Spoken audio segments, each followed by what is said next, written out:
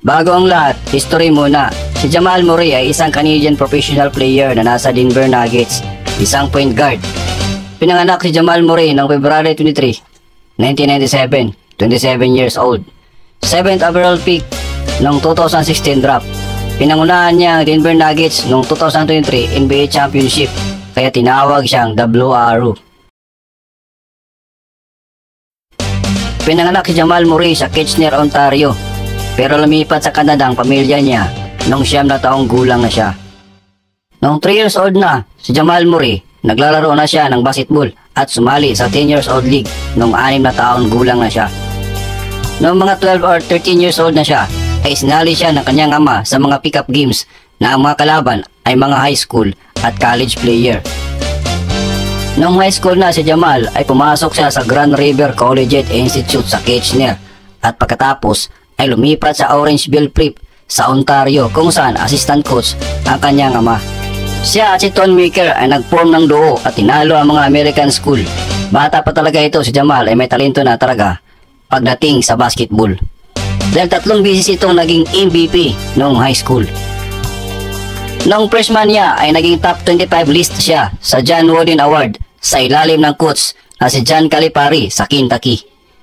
Sa 36 games niya ay nag-average siya ng 20 points, 5.2 rebounds, 2.2 assists at 40.8% sa 3-point range at naging 3rd team All-American.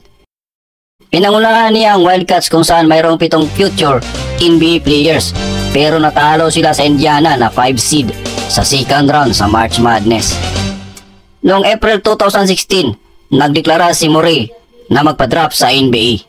Isang season lang siya naglaro sa college at pinabayaan na niya ang 3 pang taon sa college para maging eligible siya. Noong 2016 ay napili siya sa Denver Nuggets bilang number 7 overall pick sa NBA draft.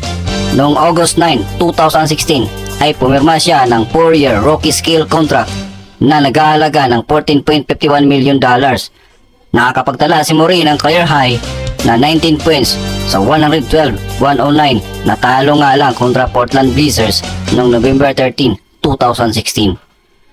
Noong February 17, 2017 ay naging MVP si Murray sa Rising Star Challenge na nakapagtala ng 36 points, 9 out of 14 sa field goal with 11 assists, nanalo sa Team World versus Team USA sa 150-139 points.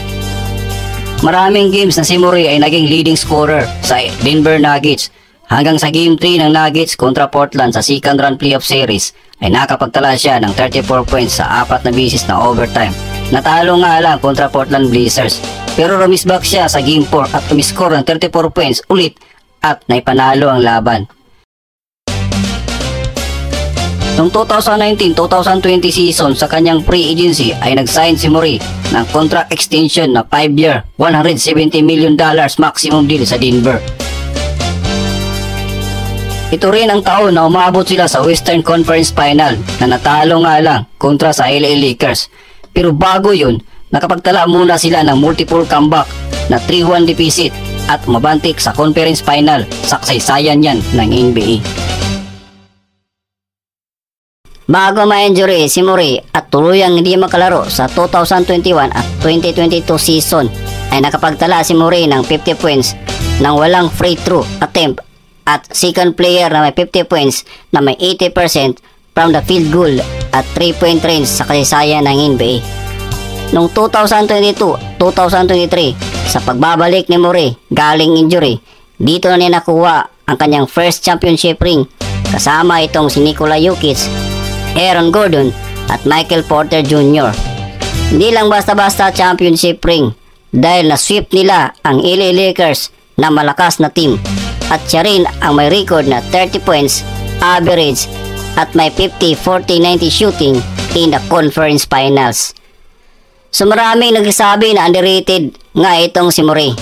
Pero nung game 2 sa first round playoffs ay binura ng Denver ang 20 points deficit ng LA Lakers at nakagawa pa ng buzzer beater at game winner itong si Idol Jamal Murray.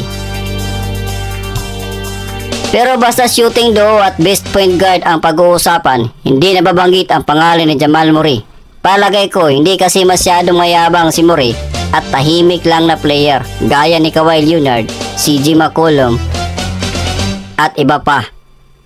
So yan muna ang update natin mga idol at mamamasada muna ang inyong tagapagbalita.